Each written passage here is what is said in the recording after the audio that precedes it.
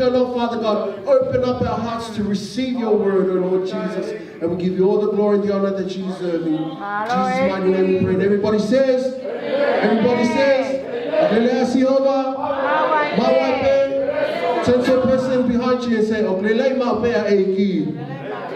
Turn to a person to the side of you and say, Oglele Mapea Eki. Amen. You and I share this blessing that we are here in 2021. Amen. So we're going to sing our first song, and I pray that you praise, open up your hearts. Let us praise God together. Amen.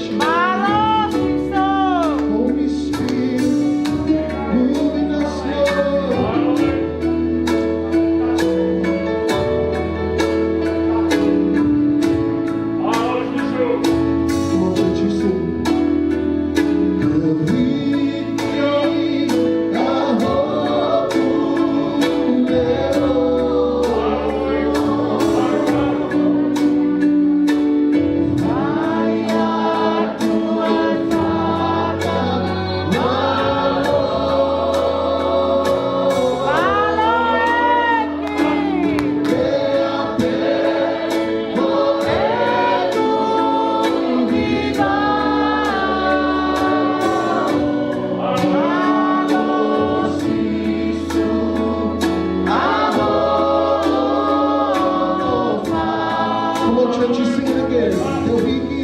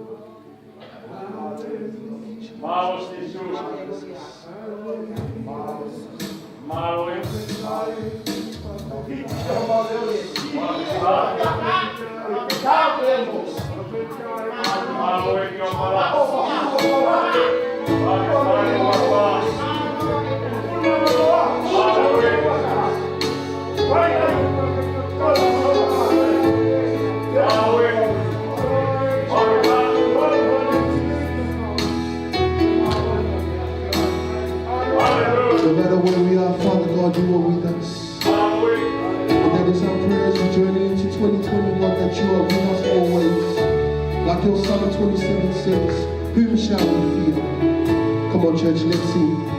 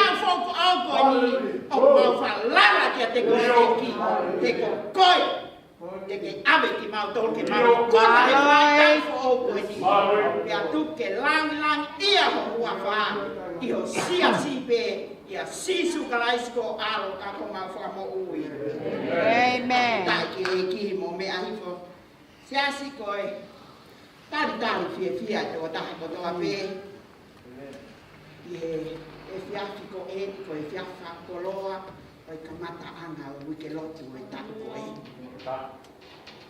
rapobe na kuhuma yai na sio bes kola sio ave kita tol siasi ke me fo o ya ta mai le ba he fale ko eni fa ka manatu longo pe sio tuma sio ko wausi boa kai ke tau fia siasi ko tau ilo o ku fai me amana si hova yo siasi. God is doing something new in His church. Ko me a ko fia ai ke pa ta ki tau to ke That's lo why to I ai have to ki. come and welcome us. Ko no ngai fora talu me he po fa usta u. Wa ko mai ki am ya ko mai en ki ahon. All of the scripture. Ko lo fa ko lo. Ko tau Whakaheke ia he ono ane utala mai kai mo ui e tangata he mape. Ka koe ha, ma tiu wha, mo ui he whola whola. Kai ke te ia mea te tau mo ui a. Whola whola me ta good news. Good news ia. Kai ke tau to hela ia tau to hele ta kai. Tau lele tau to he good news ia. Amen. Koe good news ia. Tene whakawhonu e se a koe ni. Not bad news. Good news. Siasi. Koe ia tene whakawhonu e se a koe siasi. Bad news i mamani pe ia. Koe nau haku ki he good news. Koe nau ngok fia. Nau ngok i tauataina. Ke ha. Ke tau hiki o tua. Koe o tua e tauataina. Amen. Tawa manakilele. E wike whakahekeheka koe ni. Whakahekeheka pe mea kulele. Mea ko tai aunga nai ton ke si aki atu, si aki asiasi. Things that we have come through, let us forget them. He amanaki ke hawe e ki ke hawe e ke siasi o ka kai fe o ka kai ano mele. O ka ia ke siasi pe toko si pe toko lahi. Ka o ka. Mak o nau loto ke nau kapu. Whakaongo. Let us be obedient to His word. Because the word does not give us. But let us be good hope for those who want to bring the word to speak. To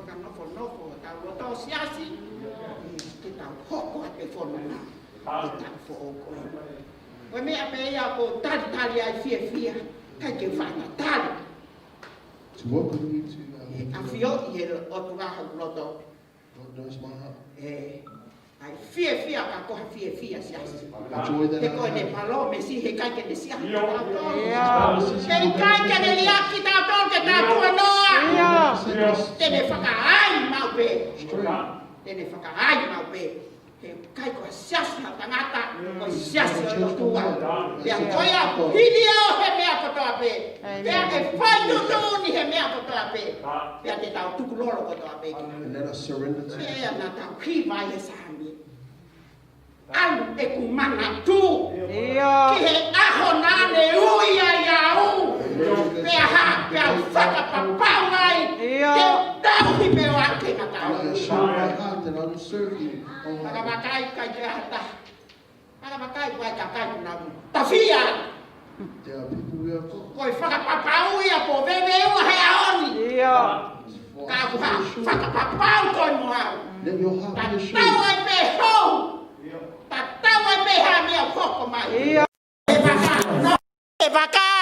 Stay inside the boat.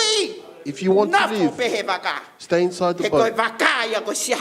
Because the boat is the church of God. That's why I invite our dear sister to begin our with the Lord. Tau hoko atu he mo tu si te pule lulu pia mo tu pule lulu. Pasi kia Kalatiola Makiroa. Tene omia kamata e folofola O e fiafko e ni.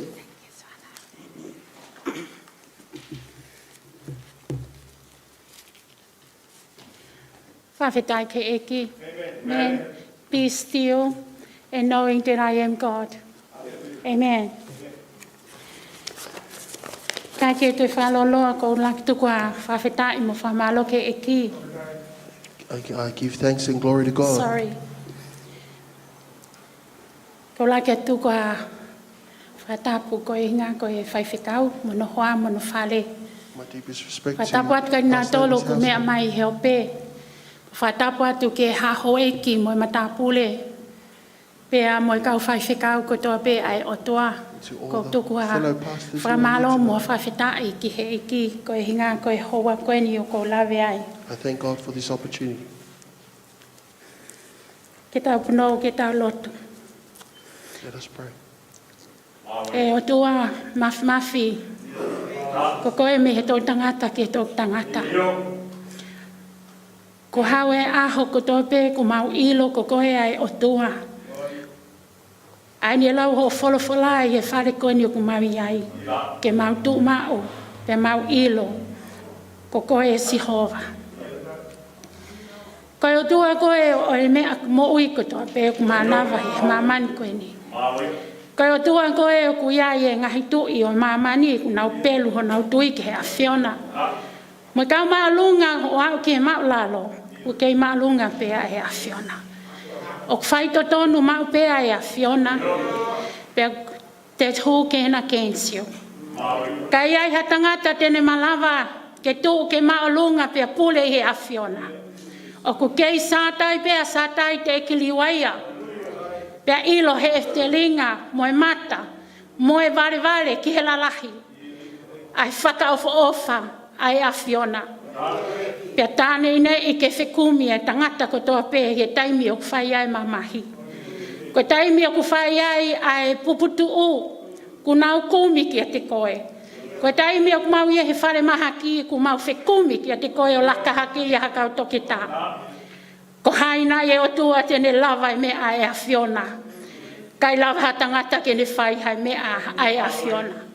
Ko ia e mau hau ko toa peo lo nuku he whiawhi koe ni ko e kamata anga e whakaheke heka o e whanonga o e tauni. Ka kumau whi mau pea e lau maari e mao ni oni ai a whiona. Ke tuku ke hama i ho lau maari e pea ke whakahino hino ai waka ku amanaki ke wholau. Pea ke tuku ai waka wholau mo ki mau tolu ke mau tau ki tau langa. He kai aha matangi e tō ku mau malu pe hi a whiona. Pea kai ai ha me ai mole, ko koe ia te mau me ai, ko kulotu e ki. Tokoni mai koe ki ho kauna ngā ke manawa ki ho wholofola. Ke ua nā ku whai e whiri mana ko mo e whakahoho loto. Kai tuku pe mea nā ke tuku mo whekau i awa ki ho kuloto. Pea tuku pe ai langi mo e ngeia. Tāpe ki nai ho siasi me mipa sisi i oa ki he lahi. Tāpe ki nai kau tikoni mo e kau taki ko tōpe.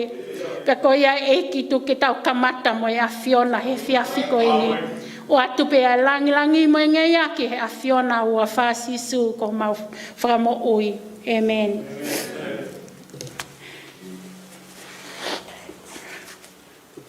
Ke tuku ke u.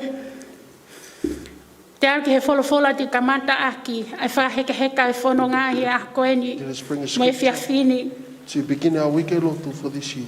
Ko e wholofola ko omi i he whiawhi koe ni, ko e sione e wahe tolu i e vestaha no.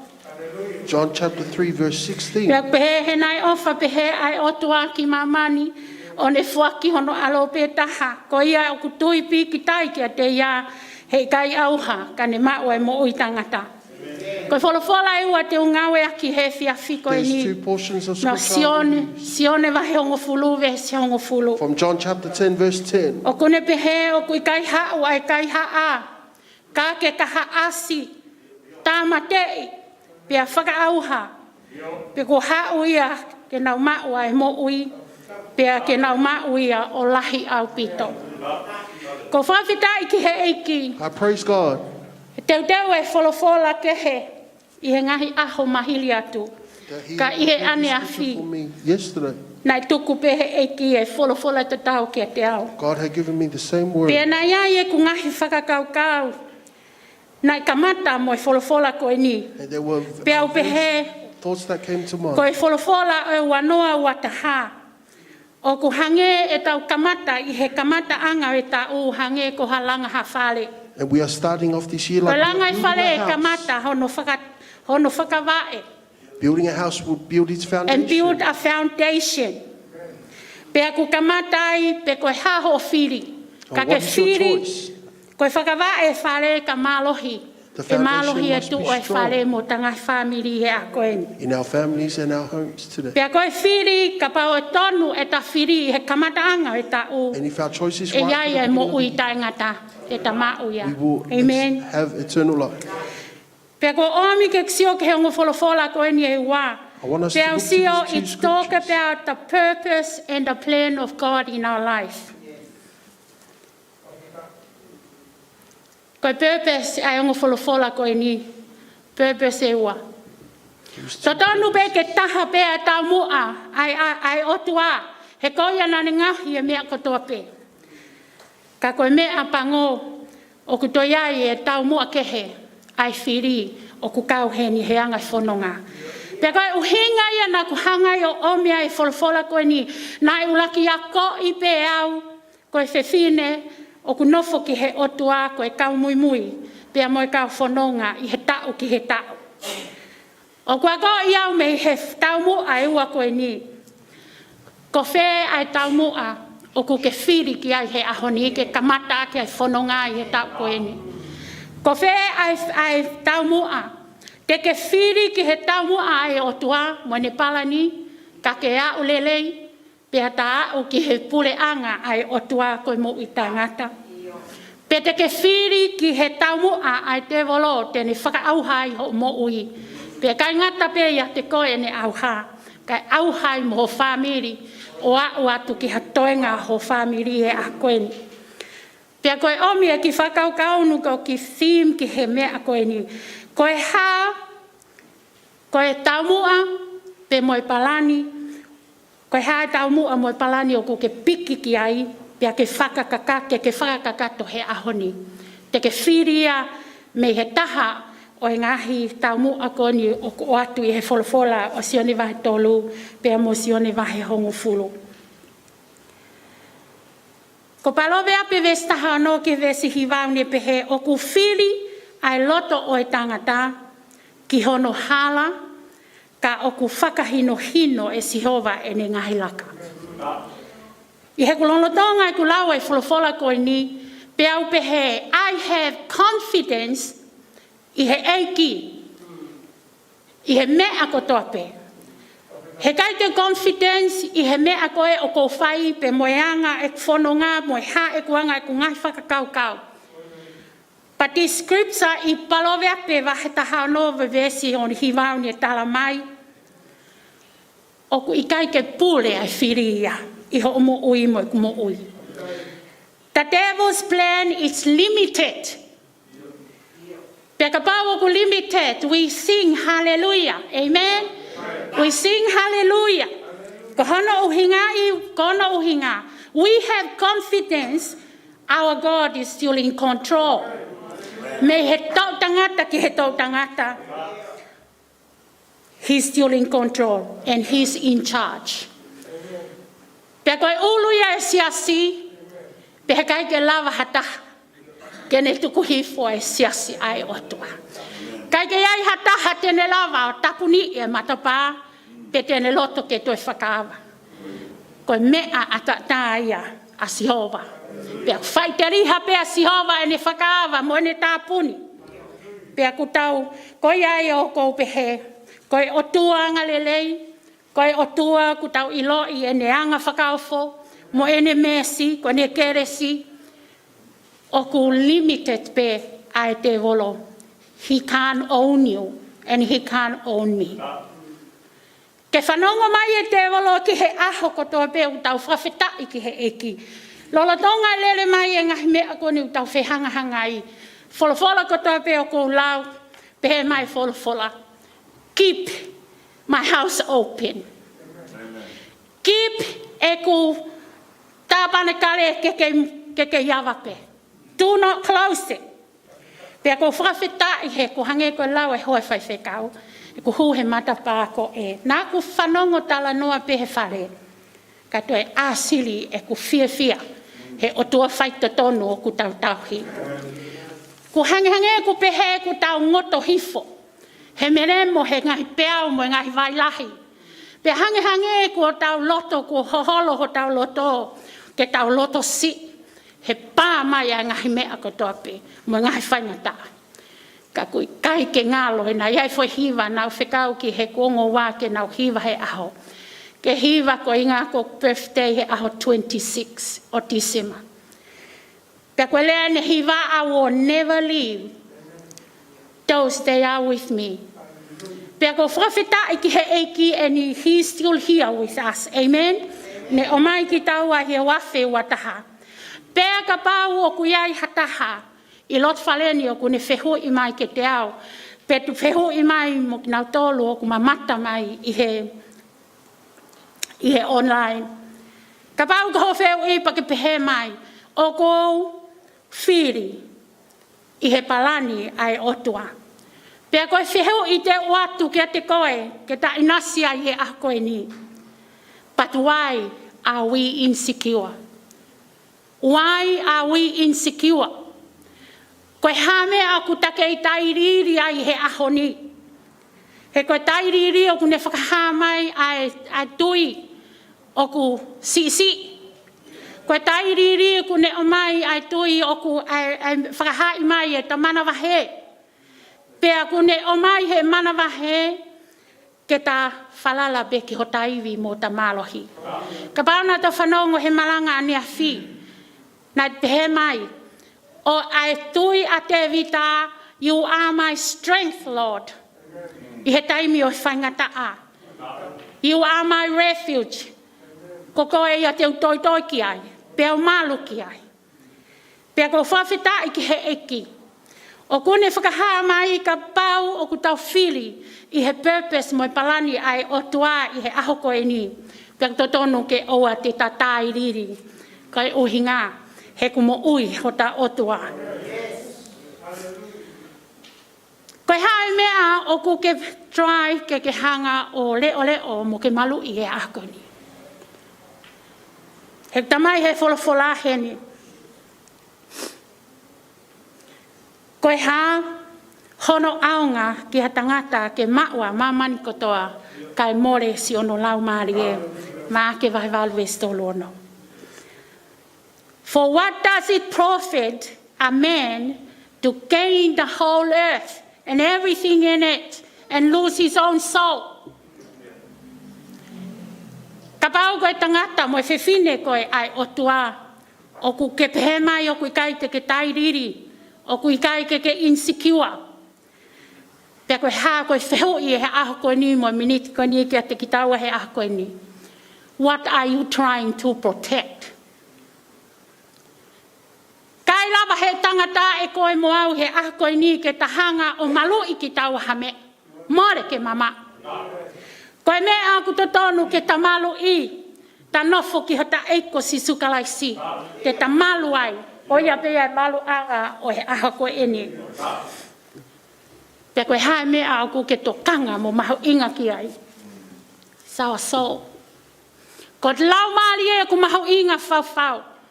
It's worth more than the precious gold and the precious stone of this earth. O ku whai ai e tau. O ku whai ai whekeke. O ku whai ai whetangi.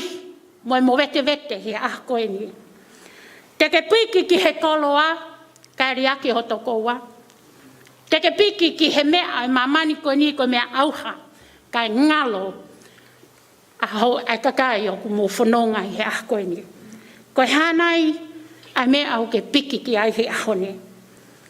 Tau mai a te ke lawa piki, pia ke puke ma i he koloa. Tau mai a te ke lawa piki ma u ki hatu unga, i whamamani koe ni. Tau mai a te ke puke ki he paanga i he panke. Koe mea auha ko toa pēia. Hane whoki mai. Koe mea o tonu ke ta teu ki ai he aho ni. Teu ho hala pe whakafo au he ka mataanga i tau koe ni. Koe inga koe whia mau ia he otua. Ke whakafo au e ta mo ui mo ta wā mo ia. Koe uhinga koe mea ia ku mahu inga taha i ke mamani koe ni. Koe aho ini ke whakaheke heka e ta whanau ki he aake o ku malu ai e kakai. A whanongo he malanga ki mua nai whapehe monu ia e whangamanu ne nau hao. Ka whakaofa lau mari e tangata nai whau he otua. Ko hota mahu inga ia e kainga lotu. Whanga brothers and sisters. Ko ta lau mari e. Ko ta whiofo whani mo whiofo aki. O kui kai ki aha mea mahu inga he mea koloa e mamani koe ni. O ku ke piki ki ai. O ku ke lele ki ai. Whanongo he hiva koe ni. Tau lele kia sisu. Koe mea aku te tonu ke takamata aki e whakahekeheka e ta u. Ta piki mau kia sisu kalaisi. Ko ia ai hala mo oni mo ui. Pea tānei nei ke mawahe wahe e whanua. Tānei nei ke mawahe wahe a kautaki. Tānei nei ke mawahe wahe a sias. O a o pe ke nofo whamiri ko mawahe wahe. Ko e ngā he ku aluhake e ngahi mea au ha. O pure ia he ngai whare ko tō pe. Kai ngalo e mea ku mahu inga i he aho ko e ni. Ko tau mua ia e te walon. Ai ni koe. Pea ka tu pau lewa ku tau pe he ko fe ia e whahai o ku tau iai. O ku tala mai whola ku tala pe i hona ngai fua. Tala pe i hona ngai fua. Ka ku iai e whewheitani. Ka ku iai e ta e ofa. Ka ku iai e ngahi kai ke aha mau luta. Ko e mea ia e kakano. Pehe kai ke au ia ke pure anga o e otua. O ku tau lau e whola pe tau sio ai. Ai whakahai mai e ulunganga e whiri. Koe hau pe ke kaha asi. Pe hau pe ke tamatei. Pe hau pe ke whakaauha. Pe ka pau e fua ai reason koe o ku ke piki tai ai hi aho ni mo piki tai ai aho ni. Koe hai mea ku mamawhaki ai hi aho ni. E ilo ai ko whi ia. Ai mea o ku ke tuu ai hi aho ni. Brothers and sisters, rake sione vahe whawe si ula kipe, pehe mai e ka inga o wheina. O wana atui ki he lau maari e kotoa pe, kai ahi, ai ngahi lau maari e, pe oku oe o tua aki nau tolu, pe koe uhi ko toko lahi ai kaupalo fitaloi, ko alu atu ki he mamani. Koe whehui, koe tau mua moe palani a hai, o ku ke whaiwhenga, ke whakakato i e aha koe ni. Ka pau ko palani, o ku ke tuku pehi ho wanoa, tuange atu, whamoleki atu. Ka ke hau fo o, and renew yourself, and myself, ki he kamata anga i wataha, o wafe wataha. O ku fie mau peke iloi, who do you serve? Who do I serve? Who is your master today? Who's running your life today? Ko whamalo mo whawhita he ne whaiwhaka mo ui ke ku mo ui. I hangai tau lahi atu peo tangutu peo wako. What is more important and what is value in my life? I have husband, wonderful husband. Ko iai mo ku whanau. Pea ko whawhita i mo whamalo ki he eki. Ko e hinga ko mai ha mama ki ho maulot whare. Ko koe koe mama o mamani, koe mama koe ho lot whare. Ke whana tu e mea good news nai lau ki ai a tani e la. Ai good news nai lau mai ki ai kau Malanga. Ai good news nai lau ki ai hoe whaiwhekau. Pass on ki he wafe wataha. We have to pass on oni good news. Tau ila ai pe koe hana e anga whakawhewhe, ai whakaauha mo e tāmate ai whiri o kune whai. Disobedient ka pau te tau sio ke wholwhola i he historia te osiani peau toki lau atu. Pe tau wako me ai ai ulunganga o e whiri. Une hanga whakatau wele i koe, whakatau wele i moao. Ke uhinga, ke ke ta talangataa kai mole ai tapuaki ai otua mo ene mo hope o ku se o mai ke te koe moawe a koe ni. Disobedience leads you to commit more sin like Saul. Koe lahi whawhewheka ho loto, pia koe lahi ho talangataa, koe lahi ai pe you committed more sin. O ke pehe koe mea lelei ke tō ai mo humu ai hao ko kauwhanonga a koe ni. Ka kuia ia lea ko pehe, ko keri pe koe ho luo ke toi tōki. Koe talangata he blinded your eyes not to see the truth. Ko taimi pe ko tau talangata ai, ka te to sio ko ilo hamea. Te sio pe koe ia koe mea ko tō pe ko ke whai pa ke pehe ku lelei, kai osi ange ko ke os he. Ko tā mu ai a whiriu whai he a koe ni, ke ne hanga whakakuihi koe, ke oana ke sio, pe oana ke iloi, a kovi o ko ke whai. Disobedience leads you to fail, to fall. Ko mea ko tō pe ko ke whai, the Bible said, it will come around. Whatever you sow, you will reap. Disobedience will harden your heart. Disobedience will destroy every opportunities and the blessing that God prepared for you and me. Amen. Ko hai me aku whema au ke ta whahekeheka i ka mata e ta o. Whema au ke ta talangofua. Ko talangata ai mark your name as a history and through generation to come. A desire for power. There's no one have the authority, not you and me. The only living God, He has the power for everything to live or die. Ya karetia wahe o noves fitu ke walu pe mai do not be oa na kaka ya ki motolu o ku ikai whakaka ya i otua. Amen. He ko ia aku tutu i he tangata, ko ia tene utu foki. He ko ia aku tutu i ki he ia kalaisi. I he kakano, tene utu ai kakano mo e auha. Ka ko ia aku tutu i he laumarie, tene utu ai laumarie mo i tangata. Whawhita i ki he eiki ko omi he otua e taimilahi ke te koe mua. Ka ku tau ni maua ni he taoni. Ka koe alu alatu e tau ke toi aluan ke toi tau lahi. Ka whaloto lahi he eki ke whakatotola a ki he whale o sihoa. Ta ke nofo mo oni ki he otua. Pea ke whakaata he na iai pe uhinga na whamo ui mai koe mo au he a koe ni. Koe uhinga ke hange ko eseta aho. Te koe ni ai hingahi historia te ulau atu. Ka bau te tau sio ke historia o ke pehe mai o ku lelei pe ai mea ko ke whai. Ka kuhanga e historia whakamahino mai ke te tau toro. Koe ngata koe ia Revelation 12 ia fitu ke tahawa. Ne whamahino mai ai mea koe nai whai e setane, he was the dragon, mo e O's 7. Ko ne mea nai whai koe ni i he lolotonga, he was a worshipper. Ka koe mea nai whai he was trying to take over or overpower God's throne. Tēnā liaki mai ai ki lalo ki hen. Wow, ki a te koe moau he a koe ni. He nei kai ke liaki ki hatoi wheituke, pe awe ki mas, pe awe atu ki tiuta. He's here. Ka nei kai ke hau toko taha, na li mai and 1/3 of the angel, they are here. The angel of the darkness. I think it's too many than you and I.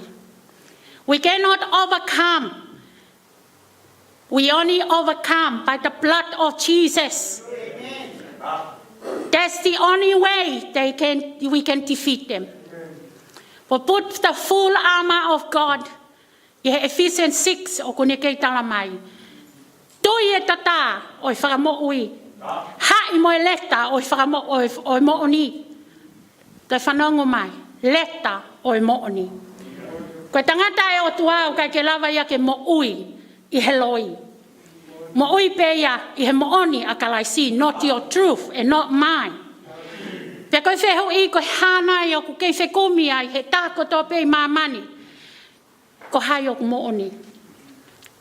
There's no one has the truth. Ko sisu kalaisi. The truth. Paka iai ha mea ku whaia ha whakawhikiki he a koe ni. Ka iai ha mea ku ki talamai ho mo oni pe au talatu ku mo oni. Let's leave it aside. Because we are not worthy. He is worthy. Ke sit I he no fo au e whakamau he a koe ni. Ko historia hono ua ku omi mai ke tato sio a hono kovi ai mea koe ni ai talangata. Kia iwi mo atama. Bahe tolu ves whake ni ma. Pehe mai. Lohi ake I he e whiri a iwi o talange. You will surely not die.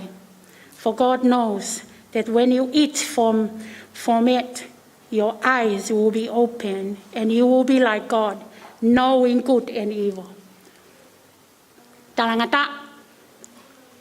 Ka talangata ko hinga ko fie otua. Ko talangata because you think you know it all, everything. You know it all. Pea ko hono kovia mo mau e ta whanonga he eki because we think we know it all. Why can't ke ta whokihi fo peki lalo? O whakawai.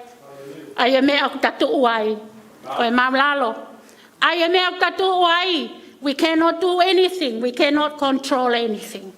He is the only one. He is the Lord of Lords. He is the King of Kings. No one can. Ko ia e whamo ui e ah koe ni. O iloi koe te wolo, he is a deceiver. Ka bau e kone mamahe hono lihi foki lalo. He didn't get what he want. Pe hau lewa nofo atu heni and he deceived the people of God. That's why a lot of people in this world is manipulate. A upeke henga kai taki o whanua. A upeke whale lo siasi ai o tua. Ko hono uhinga, the devil deceived them because he is a deceiver. And we have to be careful and you have to awake and knowing what he's doing. Talamai e mati uafaha.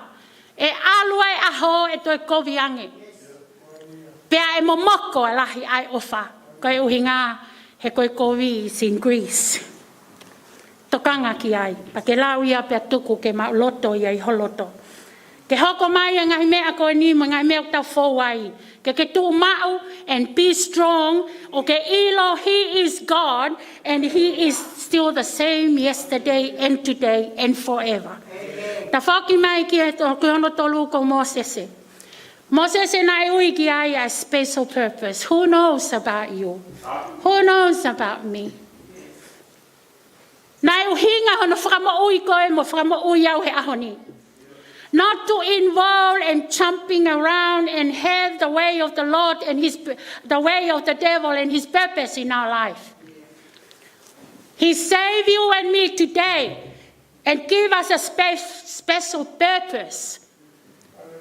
Pake tu mao pe he ui ai o tua ku atu maau. He koe purpose ai o tua ki a koe. Koe purpose ki a te au o ku iai bene whaunga e ne toi whakai. Ko Moses e nai whanau I mai a koe. He's a Hebrew. Ke atu pe me he kamata koe ni hono whakatanga I. Ko degree nai whotu ui ai whelo. Na ane pehe. Tamatei every Hebrew boys. Awe whakamelemo. Pea koe whae koe ni a Moses e ne hanga peo puke puke. Fufu I pe ene ki boys I hono lot whare. Pea is come kai te lava fufu I ko fulahi.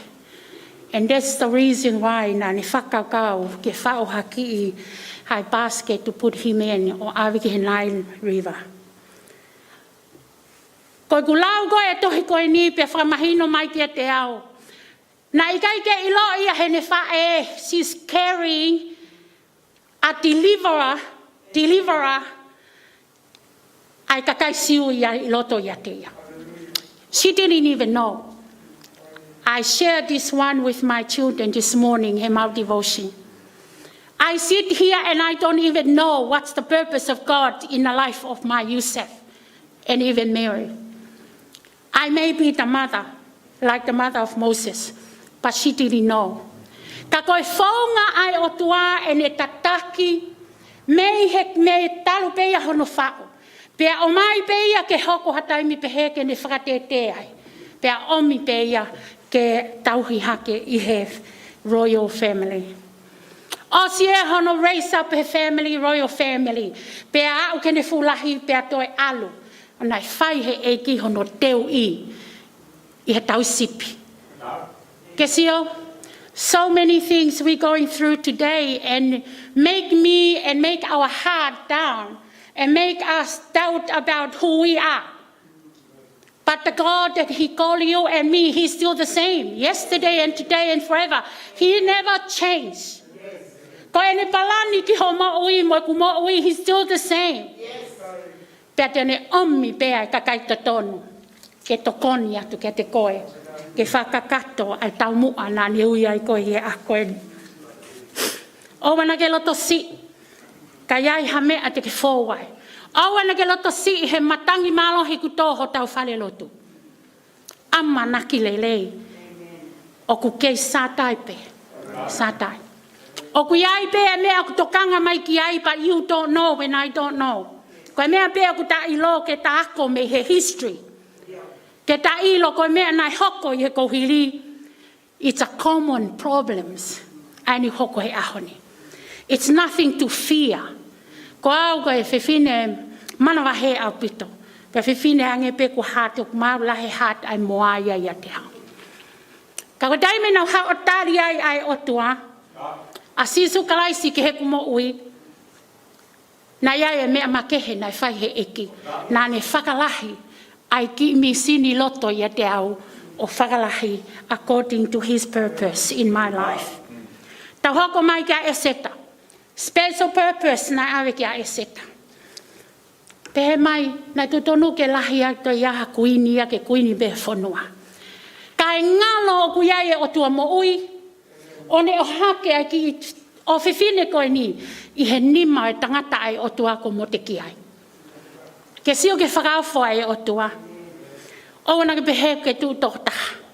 O wana ke pehe o ku ke hange o ku kei ki ai hataha ke whakatolahi koe. Keilo e taimi e ku sio. Ku kumi e mamani e tolahi ke nau kau mo nau toro. Kumi he ngahi tui hatoi tui ke tā kaua moia. Kumi he taki lalahi e Amerika ke to ia whanua tene lako na ko ia. Ka whia a Sihova. Ke kakai o kai ke nau whalalaki ai. Whia a Sihova. Ke toi alo kumi hakakai. Ke nau toi hau ke toi ke langolango koe. Koe whia mau e Sihova ke sio ki ai. Ki olunga. Put your head up. Pa ke sio ki olunga. Ko ia e tokoni o whitaha. Amen. O kai ko manatu ke mea koe ni ko manatu ai ke tānoa kiti one. Mei he toko 32,000 ki he 300. So tuku ho o kumi toko lahi. Pe tuku ho lele takai holo. Tuma, be still. And knowing that He is God in your life, in my life. Be still and knowing that He is still like God in this church. In our life. Be still and knowing that He is your God. Amen. He will lead you from 21 to 22. Ta foki mai mea e seta. Ka pāna I kai ke iaia e seta he akoia.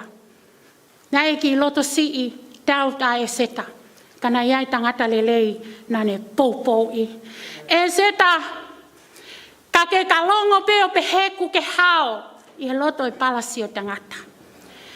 E toi kumi mai pehe o tua o raise hapea taha. Me hawhetu ke he ke whakahauwhi a hoku kakai. That's why you don't need to be silent. That's why I don't need to be quiet. This is the day for you to spread the good news of God. And this is the day you have courage and be bold to do God's work. You are here. You've been called. You are blessed that He called you and called me to be one of His people. Ta pehe mai ke saula e kui ko paula. Mo ilo ia pe tala noa ke saula. That's what he did. Go everywhere. Tamate ia te Kristiani ko tō pe kuna tui ka sisu kalaisi. Without knowing, he know the Bible from cover to cover. He tangata ko ni ko tangata poto. Ko mea pena kai ke ne ilo I te kai fitau laki o mo sisu kalaisi. Kakai ko taha ko e kukeui ko Kristiani he a ko ni. Ka ko ulunganga mo ngahi mea o ke omi ko mea ia ko fua ia ai firi. Pa ke iloi o ke I he whahaike. Pa ke iloi ko fua e lau marie ko ofa. Ko fua e lau marie ko ia e ko koi ko melino feo fofani. Ko fua e lau marie ke whakaea I ulunganga e Kristiani ko tope. Menai hoko a Paula ko tangata tohi fra evangelio ia o tamau I he aha ko ni ko ringa ko transformation ai otua I hene fitau laki mo sisu kalaisi na ikai ko ha ilo fra atamai na kai ke ilo ia poto he ko lahi e mo vete he aha ko ni ko lahi e kau poto he aha ko ni ko lahi e ko be mau e ku tipiloma ko lahi e poto pe he ko mau e ku matai tohi pa mo ha pe hono hingoa kau kai ia taha ia poto ia sisu kalais. He kone o mai a ui mai a vale ki whakangari vale haki nau tolo ku think they are wise. Koe poto o ku tafoki me he kovi. Koe poto o ku kamata mana wahe ki a sihoa. Amen. A mai kia King Saul te o whakaosi a kia.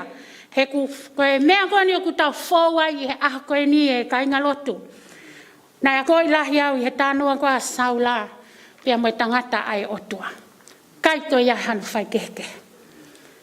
Anu hake ai ka inga lotu ke nau overcome, pia ke nau overrule o e tangata ai otua. E pehe koe ni ia saula na e ui he otua pa ni whakanofo ia Samuela a saula. Peko taimi koe hono ui, pia nai alua ia saula o ne alu beo hikisia, I he victory ko toa pēna e hoko nani pehe koe mea ana, ka koe mea ia sihova. Koe mea sihova ke ave ki aia e langi mo e tau, mo e whakamalo, he tā umai me wafe ua noa, o umai ki he wafe ua taha. Oku I kai ko ho iwi, oku I kai ko ho malohi, oku I kai ko koe, ka koe uhinga ko sisu kalaisi, nai whanonga mai. Ako hifo pehe Matthew, whoever wants to be my disciple must deny themselves, and then up to the cross and follow me. Matthew tahano wa whaia. Ko hono uhinga, ka pau koe whie mui koe ki a kalaisi, ka pau ke pehe koe tamai o eki mo e whiwhine koe a kalaisi. Whie maupe ke tau whoki ki lalo, o whakawai ke tau talangofua. Koe tangata talangata a, o ku iaia hikisia. Lau ki aia paloveape. Paloveape taha noves taha walu pe mai goes before, the pride goes before destruction. And a Holy Spirit before a fall. O ko ke iloi o ko iloi. Ko taimi ko ku iaia pore ia tawa. Kai tamsi pe me iai ko ke paulu. Pea awana ki tō, pea ke tukua ki I hata. He ko hinga ko koe pe. Kui aia mea o ku hanga he otua mo I wholwhola o ako ia o ia koe ni. Uni pehe mai palovea pe vai valwe stato lu. Pehe mai to fear the Lord is to hate evil. Amen. Hate evil. And I hate pride and arrogance. Evil behavior. And a favored speech. Ka whanonga, Whawhetai ki he iki he mea katoa pe. Ko e lahi e lau e wholawholami he takafi ke takafi. It should be a fruit of the Holy Spirit ke show up I he tamo ui he ako ini. O ku I kai koe pure anga e otua, koe pure anga e talanoa pe. In vain. Koe talanoa ia kalaisi. Koe mō tolo ia ke mo ui e karistiane I ako ini. Pea ko pau peke iai hono fua. Koe fua o ku whaka o whano fua.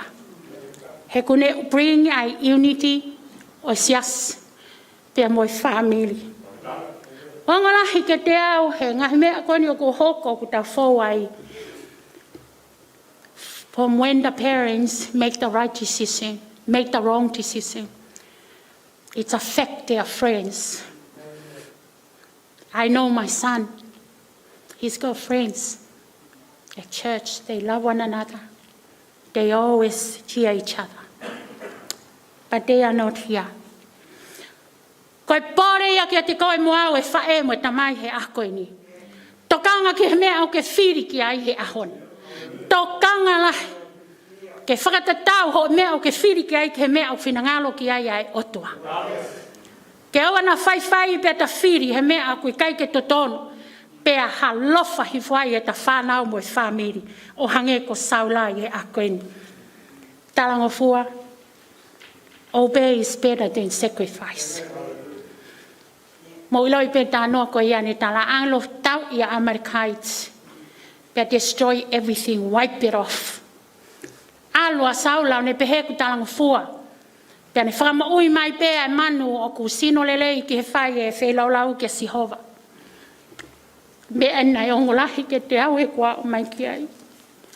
Koe hahono aonga e ta au kai. Koe hano aonga e ta whelaulau. Koe hahono aonga e ta lau e wholofola me ta kafi ke ta kafi.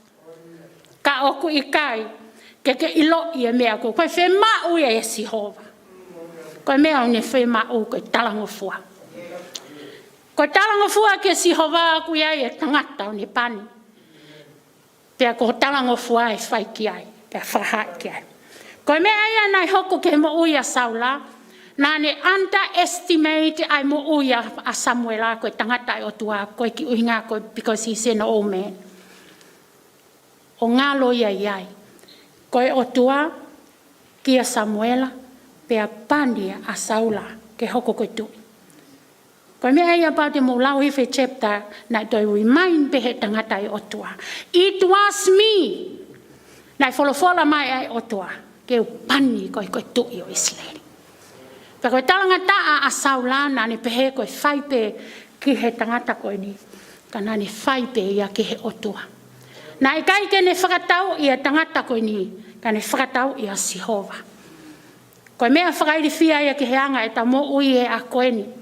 Te nofo talango fua, whakapapa ke tako toa pe I mua ia taua. Respect them because they also have a calling. And they are the children of God too as well. He koe mea te ke whai pe ke tō, e toi whoki mai pe ke te koe. Koe mea na hoka saula na pamo whanongo ai. Pai because of his choices, moe ne talangata, si auhai si ono loto whare. Koe mea ia koe ako ia mea te koe ki a te koe mo au he ako ni.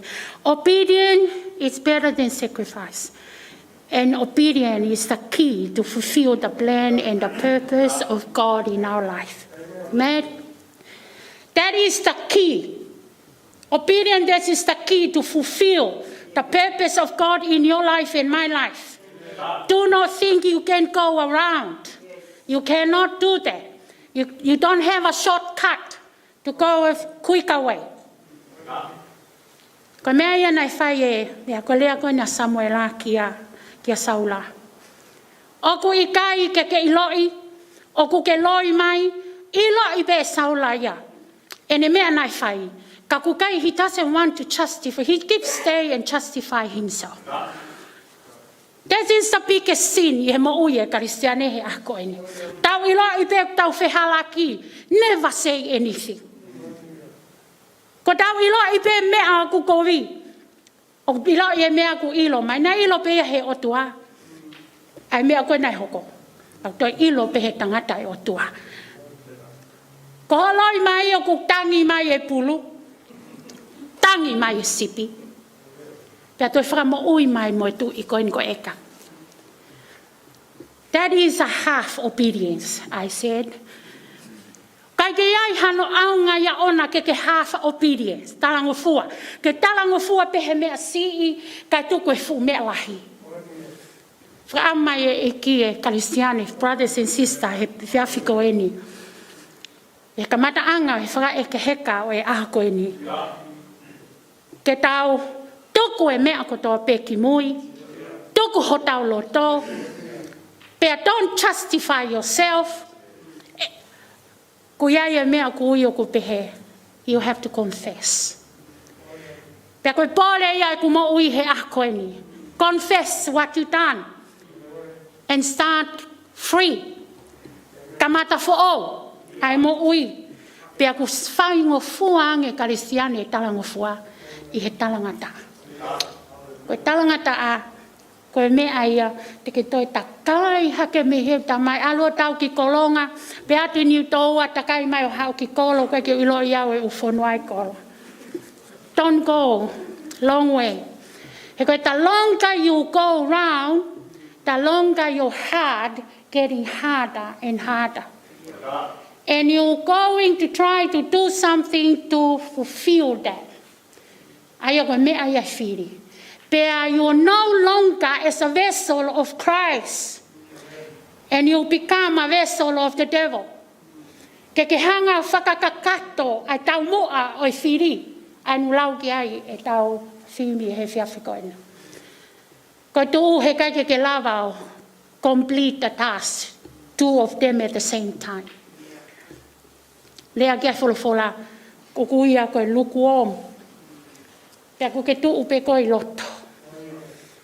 O kai ke ilo pe te ke kau ki hema, kai ke ilo pe te ke kau ki matau, ka ke fie mari e pe ke tu upe. Te ke tu upe i loto mari. Ke hinga ke lelei pe ki he. Pa ke ngari lelei pe ki he. Kalisiane. Ta ofia, don't do it. He talmai wholofolai a whakahaku. Lelei ange ke vela. Pe te ke momoko. I hao tu upe o lukuom. He te uaki koe. Koe anga halaya. Ke ki whakangari pe o kuke lelei. Koe aho koni e o se pōni tau whoki. Kamata fo'o. O mi e tau mo ui. Whakatonu tonu. Kore ke he eiki. Ke ne hanga whakamaa ki tau tolu. From inside out. Pea koe tau mo ui o kui kai koe malanga pe he pulupiti. Pea osi. It's a life going on. Ki tau whanonga mo ia me moni te ki sapate. How when can conclude my obedience lead you to successful life? Te ke whenga me hahake ki hihifo pa ke alo tau ki he ao. Ke ao ke mao e ngah mea ko tō peo ko ke whi mao.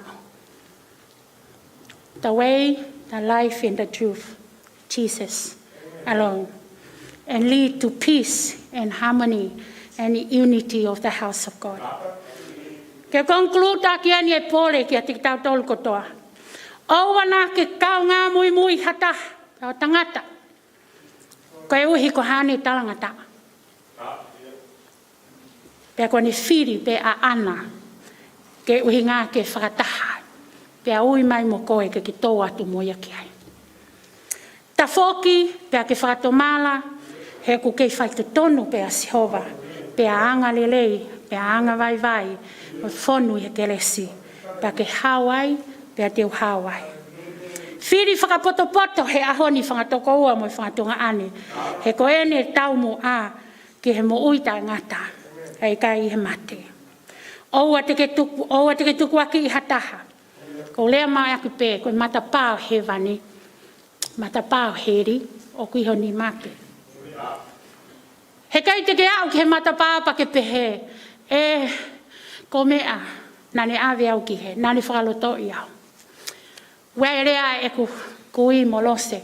Koe tamai e ku whae os malolo atu New Zealand. Ne lea maupeka mautolo e whanga grandkids. You have the right things in your head. Pea ko whamalo ku iai e kui ko alu, ku ne whamanatu mai ka te au. Use the right thing in your head. That's what the Lord given you and me. Don't blame anybody. Koe mea ia e whiri ko whakatawere, ko koe pe ho tari moe i kai pe kono akaha. Men, oua na ake whalala tangata. Na whanongo mea nea whe wholofola mea mō sese. Taimi koe taua te vita he whaingata a na whalala ke Siova. I he mea sii, i he mea lahi. Pea aua te ke whaatai whiri, kene mea ngā ua ki koe. We just talk about koe ve solo koe, me ve solo awa Siova, ke whaatau mu ai mea kotoa pe. Koe ngā ua malohi ai whiri, ke ta ofi ki taua ke oa na lava, ai purpose ai otua ko omika ki taua he a koe. Kai ngā lotu, ko whamalo atu, ko hinga koe wholofola e otua. Pea ko ilo, nai ui koe haa peheni. Pea ui a haa peheni. Mahalo koe ki mea, nai ui koe ki ai, koe ki mea si. Ka koe ngā ko ke talango fua peo ke whakakato. Hange ko kulea ki hok toko ua ko malolo atu. Koe ne lea mai hatala noa. Koe mea ko wako mea i, awai whare loto si hova, kai ke whahau ki ai toko ua. Pa koe au peke taimi koe o kutokoto ai whare mahaki he mahina i whāna ma tangutu ai. Ani kore mai, tell me a story. Tell me a story. May he story ki he story ki he story in the Bible. Pa koe wike wha o si pe ko no aho ua ia ke whanonga. Nā ne tala mai, sister, pray for me and tell me another story. Pa koe story a Hezekiah na makamata aki. Koe au mai peke he au e osia tala noa. Ko sio atu. Ma kulu e mata. Hok tau kete. Koe tangi atu ka haloi mata. Aratu ki aia uma ki hok toko wā pe au pehe koe hame au ko ke tangi halotu lotu ai. Ko nele aeni. Saia Hezekiah ia. He nane malava mea kotoa pe. Pea ne whai ki he otoa. Koe haa ako. Nā ku whai. Koe ia ko whakaloto lahi ka tau tolu he ahoni. Tokanga na ke au ki hatu unga peheni. Ke awai matapā i he aho kotoa pe o kui kaike ke lava mai. Kai whai ho whiri tua. Pea o ke tahimi o mohenga mamahi.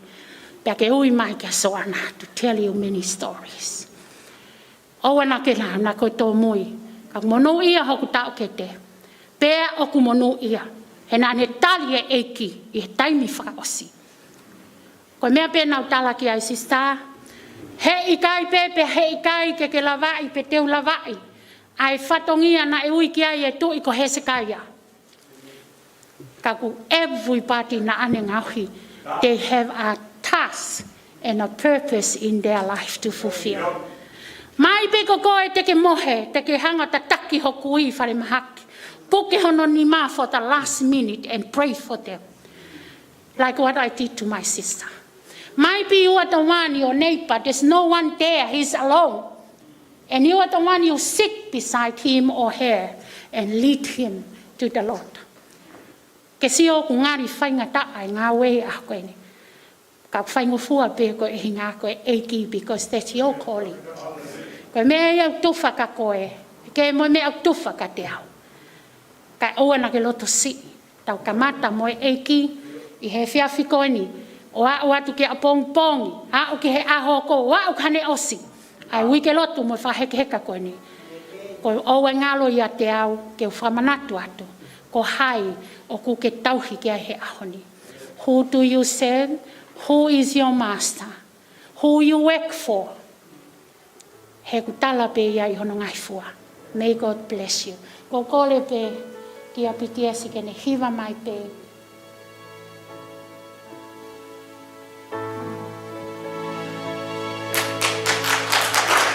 Teo alu o talaki ai ko si peli ke ngahi kaka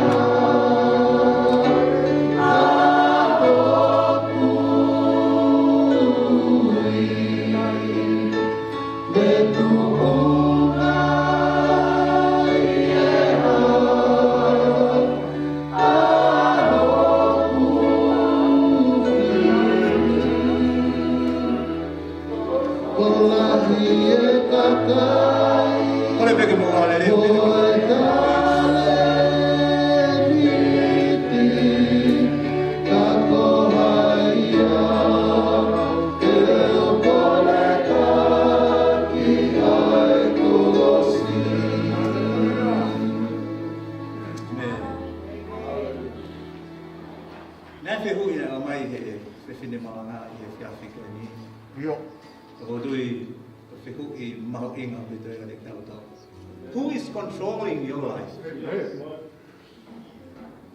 Fehui be a koe ki holoto. Ko hai o kune hanga o pureki ko ngui. Pero fono nga koe ni he wafe wataha. Makatu ngai he fili te ke whai ki ho ngui. Pe te ke tari io, pe te ke tari ikai. Makatu nga be te koe. What you value is what is going to shape your life. Mea koe aku ki hanga whakamahu i ngā i koe ho ngui. Koe mea e tene hanga whakafu o koe pe ngau i koe. Mea e no ko wakoa i he whiawhi koe. Whola tāpuaki. But the good news is, now, and I offer pehea o tuake wā. And I offer pehea o tuake ia te koe pia moa. And I offer pehea o tuake te kautō. Na ne whaki hono alo to whepeta.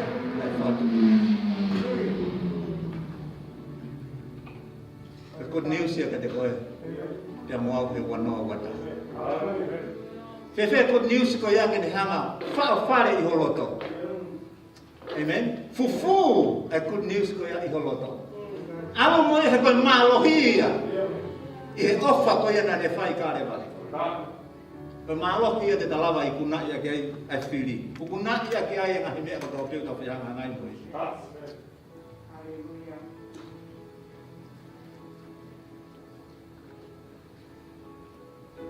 Loko whaambe te tau lotu, i he hoko mai mōn me niti ko e ni. Loko whaambe tari mai e tau lotu. Hallelujah. Oska te tau lotu whaka osi. O tau keu tā mai e niti a hiwa ko e ni. Tari mai e tau lotu mālo.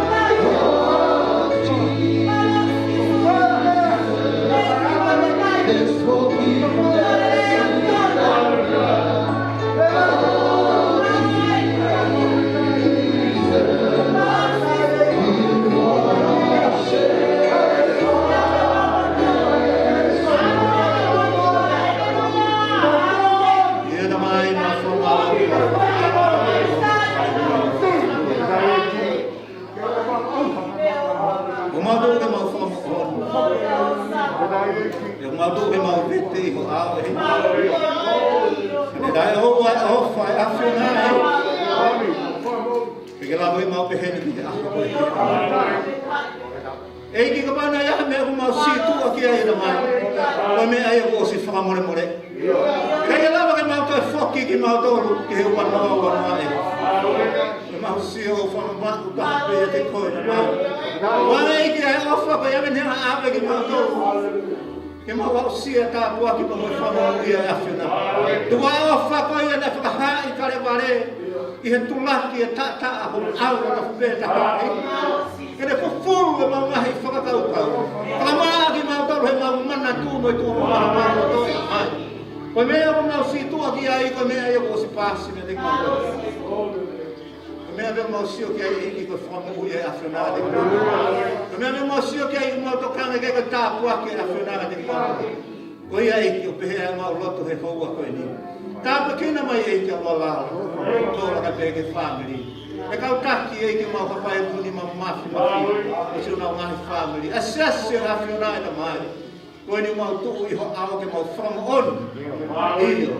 O kui iai e mālohi he wholofolo. O kui iai e mālohi he ongo le leia e awhionara e ta mai. Koe iai o mau haka moia i he whiawhi koe ni e ta mai.